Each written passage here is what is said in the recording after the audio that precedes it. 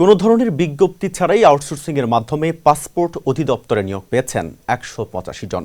এর মধ্যে ১১২ জনই কিশোরগঞ্জের তাড়াইল উপজেলার আকবপুর গ্রামের বাসিন্দা।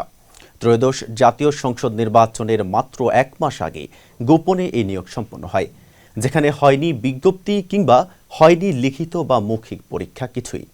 তবে হয়েছে লেনদেন, যার প্রমাণ আছে এশিয়া পোস্টের হাতে। বিস্তারিত প্রতিবেদনে। প্রতিযোগিতার এই সময়ে যেখানে একটা চাকরি সোনার হরিণ প্রার্থীদের কাছে, সেখানে কিশোরগঞ্জের তাড়াইল উপজেলার আকবপুর গ্রামের চাকরি প্রার্থীদের ভাগ্যবানই বলতে হয়। কেননা সম্প্রতি এই গ্রাম থেকেই আউটসোর্সিংয়ের মাধ্যমে পাসপোর্ট অধিদপ্তরে নিয়োগ পেয়েছেন ১১২ জন। জাতীয় পরিচয়পত্রের ঠিকানা যাচাই করে এই প্রমাণ পায় এশিয়া পোস্ট। কোনো ধরনের নিয়োগ বিজ্ঞপ্তি ছাড়া বিপুল পরিমাণ লেনদেনে হয়েছে এই তুঘলকি কাণ্ড। চলতি বছরের জানুয়ারিতে ৬টি ক্যাটাগরিতে এই ১৮৫ জনকে নিয়োগ দেওয়া হয় পাসপোর্ট অধিদপ্তরে। ক্যাটাগরিগুলো হলো পরিচ্ছন্নতা কর্মী, dispatch rider, liftman, gardener, pump operator এবং ইলেকট্রিশিয়ান।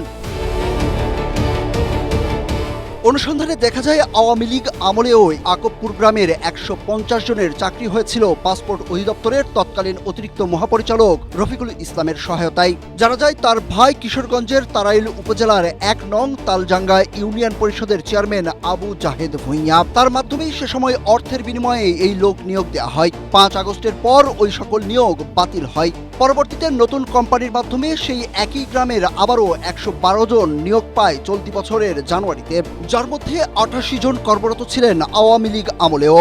এই প্রক্রিয়া বাস্তবায়ন হয়েছে অবৈধ লেনদেনে। এই সংক্রান্ত কয়েকটি ব্যাংক অ্যাকাউন্টের তথ্য এসেছে এশিয়া পোস্টের হাতে। এই চক্রের সদস্যরা হলেন পাসপোর্ট অধিদপ্তরের পরিচালক শিয়াবউদ্দিন, উপপরিচালক তারিক সালমান, সহকারী পরিচালক সালাউদ্দিন আর আউটসোর্সিং প্রতিষ্ঠান Jamuna star save guard services limited. উল্লেখ্য, ২০১৭ সালে সাবেক এডিজি রফিকুল ইসলাম মারা যান। ১ নং তালজাঙ্গা ইউনিয়ন পরিষদের বর্তমান চেয়ারম্যান আবু জাহেদ ভুঁইয়া এশিয়া পোস্টের কাছে স্বীকার করেন, তার ভাই যখন পাসপোর্টের এডিজির দায়িত্বে ছিলেন তখন গ্রামের যারা যোগ্য ছিল তাদের অনেকের নিয়োগ হয়েছে। দাবি করেন এ বিষয়ে কারো কাছ থেকে টাকা নেননি।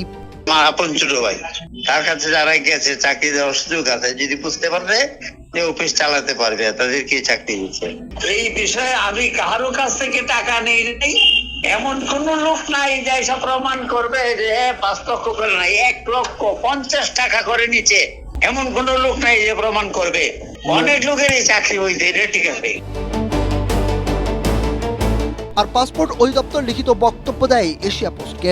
সেখানে বলা হয়েছে, সুনির্দিষ্ট বিধানের আলোকে নিবন্ধিত আউটসোর্সিং প্রতিষ্ঠানের মাধ্যমে জনবল নিয়োগ দেওয়া হয়। কিশোরগঞ্জের তাড়াইল উপজেলার আকবপুর গ্রামের ১১২ জনকে নিয়োগের বিষয়টি সঠিক নয় বলেও দাবি করা হয়। কারো রেফারেন্সে এই নিয়োগ হয়েছে কিনা সে বিষয়ে কোনো তথ্য পাসপোর্ট অধিদপ্তরের কাছে নেই। Suraj Ahmed, Asia post.